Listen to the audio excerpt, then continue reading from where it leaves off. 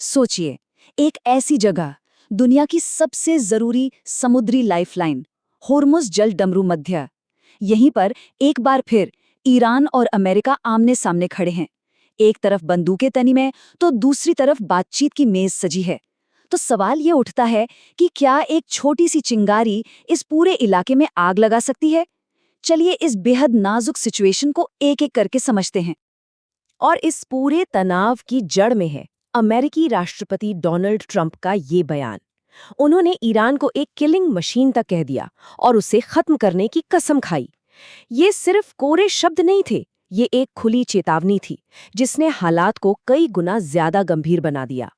तो आखिर ऐसा क्या हुआ कि प्रेसिडेंट ट्रंप को इतने कड़े शब्दों का इस्तेमाल करना पड़ा? इसकी वजह है एक घटना जिसे अमेरिका एक बहुत गंभीर उल्लंघन मान रहा है।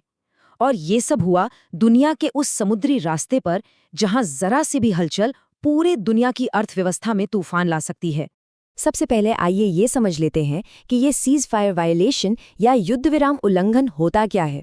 मतलब सीधा साधा हिसाब है, जब दो पक्ष लड़ाई रोकने पर राजी हो जाएं और फिर कोई एक उस समझौते को तोड़ दे। इस केस में जब एक अस्थायी शांति बनी हुई थी तभी गोलीबारी की खबरें आईं। तो असल में हुआ क्या था? देखिए, वीकेंड पर हॉर्मुज जल डमरू मध्य में अचानक गोलियों की आवाज गूंजने लगी।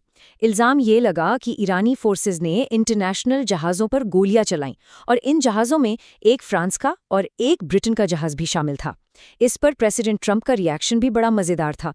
थोड़ा तंज कसते हुए उन्होंने कहा, ये तो अच्छी बात नहीं हुई, है ना? अब इस घटना के बाद जाहिर है अमेरिका चुप बैठने वाला नहीं था और उनका जवाब सिर्फ बातों में नहीं बल्कि एक सीधे सीधे अल्टीमेटम के तौर पर आया। एक ऐसी आखिरी चेतावनी जिसमें धमकी और दबाव का पूरा इस्तेमाल किया गया था। प्रेसिडेंट ट्रंप ने एकदम क्लियर कर दिया कि शांति समझौता तो होकर रहेगा, लेकिन या तो अच्छे तरीके से या फिर मुश्किल तरीके से। मतलब यहाँ से कहानी दो रास्तों पर बढ़ जाती है और ये दोनों रास्ते एक दूसरे से एकदम अलग हैं। देखिए, एक तरफ तो अमेरिका तेहरान को एक फेयर और रीजनेबल डील ऑफर कर रहा है, लेकिन अगर ईरान ने ये रास्ता नहीं चुना तो दूसरा रास्ता है ईरान के पूरे इंफ्रास्ट्रक्चर को तबाह करने की खुली धमकी। और ये कोई खोखली धमकी नहीं थी, सुनिए, इसमें साफ साफ कहा गया कि ईरान के हर एक पावर प्लांट और हर एक पुल को निशाना बनाया जाएगा। मतलब आप सोचिए इस मिलिट्री वार्निंग की गंभीरता कितनी ज्यादा थी। लेकिन रुकिए, कहानी में सिर्फ धमकी ही नहीं है। इस सख्ती के साथ साथ अमेरिका ने डिप्लोमेसी यानी कूटनीति का दरवाजा भी खुला रखा है। ये क्लासिक कैरेट एंड स्टिक वाली पॉलिसी है, यानी एक हाथ में गाजर तो दूसरे में छड़ी। तो डिप्लोमेसी के मोर्चे पर क्या हो रहा है? पाकिस्तान के इस्लामाबाद में एक हाई लेवल बातचीत फिर से शुरू होने वाली है। अमेरिका की तरफ से लीड करेंगे प्रेसिडेंट ट्रंप के स्पेशल दूत स्टीव विटकॉफ।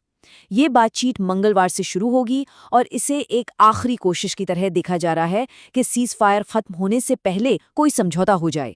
तो सवाल ये है कि इस पूरे टकराव के पीछे दांव पर क्या लगा है? ये सिर्फ मिलिट्री की बात नहीं है या पॉलिटिकल पावर की भी नहीं।